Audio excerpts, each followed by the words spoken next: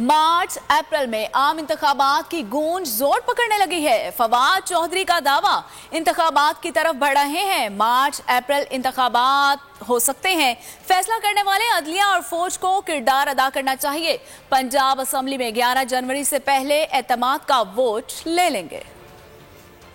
नून league की कुछ MPS हमारे साथ सीट एडजस्टमेंट पे आना चाहते हैं, उनको भी कंसिडर कर रहे हैं। हम नेशनल इलेक्शन की तरफ बढ़ रहे हैं। मार्च और अप्रैल इंतखाबात के महीने होंगे। उम्मीद ये है पाकिस्तान में जो फैसला करने वाले लोग हैं, जुडिशरी है, पाकिस्तान की फौज है, ये अपना किरदार अदा करना चाहिए। 11 तारीख से बहुत पहले एतमाद का वोट हासिल कर लेंगे। मैं इमरान खान हूँ, आप बोल्ड न्यूज देख रहे हैं। सबसे बड़ा चैनल बोल, सबसे बड़े एंकर इमरान रियाज खान के प्रोग्राम इमरान खान बोल के साथ ने रेटिंग के तमाम रिकॉर्ड तोड़ दिए। 56% नाज़रीन ने बोल न्यूज को देखा। सोशल मीडिया पर भी सबने ज्यादा देखा। सब्सक्राइब करें और बेल दबाएं ताकि कोई खबर रह न जाए।